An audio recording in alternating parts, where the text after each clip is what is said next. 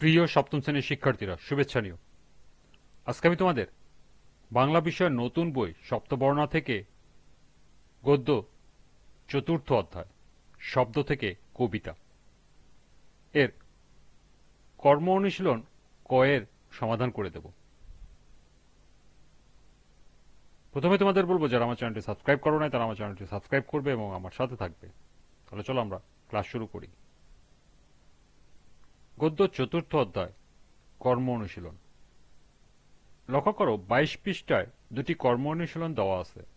ক, তোমার পড়া কোনো কবিতা বা গল্প অবলম্বনে তোমার ভালো লাগা বা ভালো না লাগাগুলো যুক্তি সহকারে লেখো। চলো এখন আমরা এর সমাধান দেখে নিই। বিভূতিভূষণ বন্দ্যোপাধ্যায়ের পথের পাঁচালী আমার খুবই ভালো লেগেছে। ভালো লাগার যুক্তিসমূহ নিম্নে উপস্থাপন করা হলো।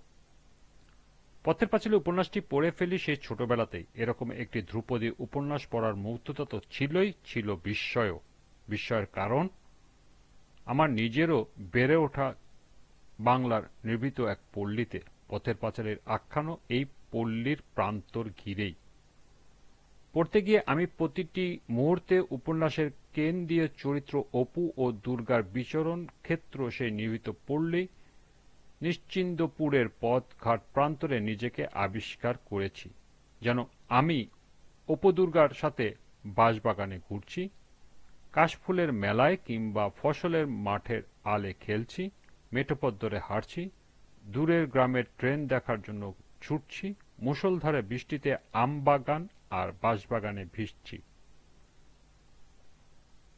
বিভূতিভূষণ বন্দ্যোপাধ্যায় পথের পাঁচালী এমন একটি উপন্যাস যা পড়লে আমার হৃদয় জুড়ে এক ধরনের শান্তি ও বেদনার মিশ্র অনুভূতি তৈরি হয়। এই উপন্যাসকে আমি শুধু গল্প বলি না, এটি আমার জীবনের এক বিশুদ্ধ দর্শন। অপু, দুর্গা, সর্বজয়া আর হরিহরের জীবনের প্রতিটি বাঁক আমাকে শিখিয়েছে যে সুখ খুঁজে নিতে হয়, পরিস্থিতি যেমনই হোক না কেন।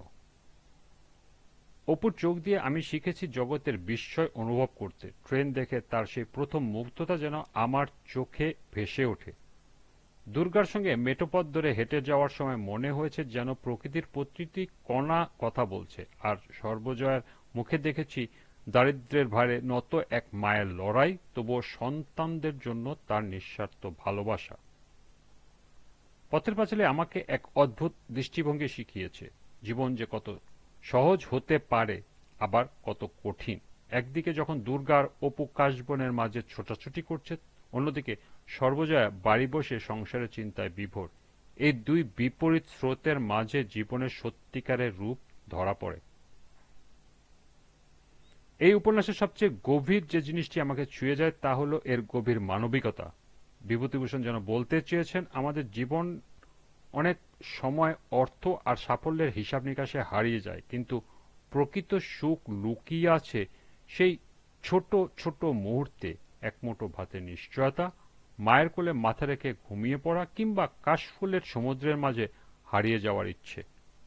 আমি মনে করি প্রতিটি বাঙালির জীবনে পথের পাঁচালী একবার হলেও পড়া উচিত। এটি কেবল আমাদের গ্রামীণ জীবনের প্রতিচ্ছবি নয়, এটি আমাদের অস্তিত্বের গভীর দর্শন।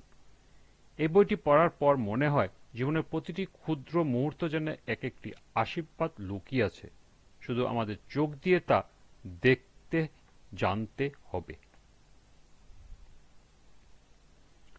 এই ছিল কর্ম অনুশীলন কয়ের সমাধান। আজকের ক্লাসটি এ পর্যন্তই।